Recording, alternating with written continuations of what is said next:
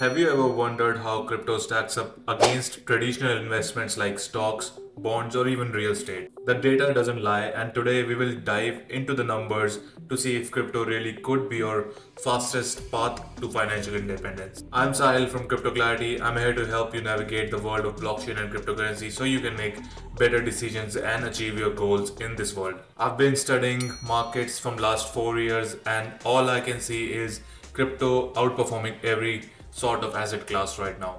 This is the reason that I create these kind of videos, and I've been also talking about this kind of news on my weekly newsletter, which is posted weekly on Substack.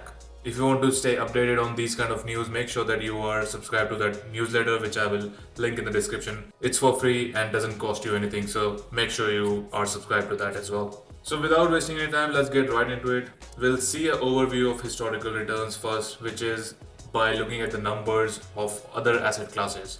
Over the past few decades, the S&P 500, which is a benchmark for US stocks, have averaged an annual return of about 7 to 10% after adjusting for inflation.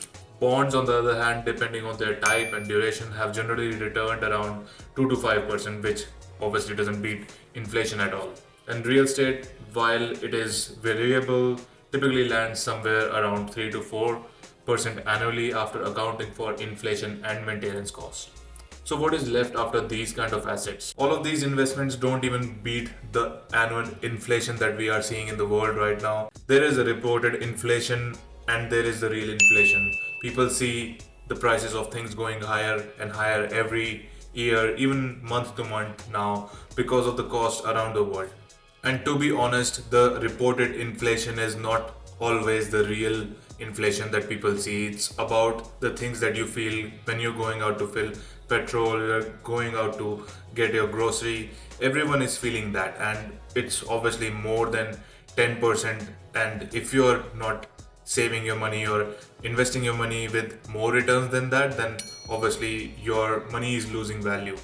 Now let's talk about the upside that crypto provides. So what is the data telling us about crypto? If you enter the world of Bitcoin and other top cryptocurrencies, since its inception in 2009, Bitcoin has an average annualized return of 200%. Yes, that is 200%. Even in the last couple of years, it has given more than 100% while having the volatility of going down about 70% and 60% as well. But having an average return of 200% is not a joke. It obviously will go down as we move towards maturing this asset class, but in the end these numbers are something that beats inflation out of the box. Ethereum, which was launched in 2015, has also delivered triple digit annualized returns during its most explosive growth phases. Even accounting for volatility, these numbers dwarf traditional asset classes. And people are taking notice of this now. The recent launches of Bitcoin ETFs and Ethereum ETFs is an indicator of the interest of big asset managers and big companies looking to get into these kind of asset classes in their regular form of investments. In the end, this kind of exponential growth is what's drawing so many people into the crypto space. While it's not guaranteed, the potential upside is clear. And that's why we have been talking about this on Crypto Clarity from last 4 years, talking about the long-term growth, showing you the data and making you understand the strategies that help in seeing this technology as a long-term trend rather than short-term volatility and focusing on that long-term trend. Now let's talk about the risk versus reward of this asset class. Of course, with great returns comes great risk.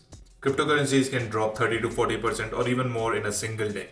By comparison, the S&P 500 rarely sees daily losses beyond a couple of percentage points. The key question is whether you are comfortable with this level of volatility and have a long-term mindset to weather the storms.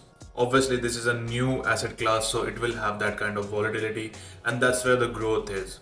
If you are a person who is risk taker, who wants to know and take risk in their life early in your life and be settled later on, then this is the thing for you.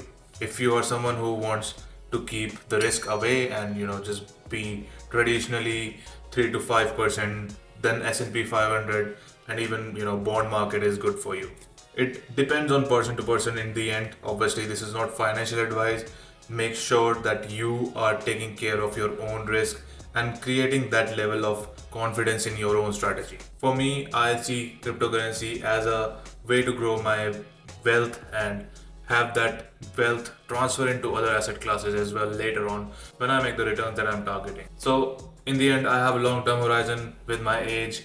I have more risk averse capacity, which means that I can take the risk, and I made that decision to get into this space rather than get into the stock market and play safe there rather than play risky in the crypto market. And in the end, volatility isn't a bad thing. It is what create opportunities for high returns, but it does mean that you need a solid strategy and the right mindset.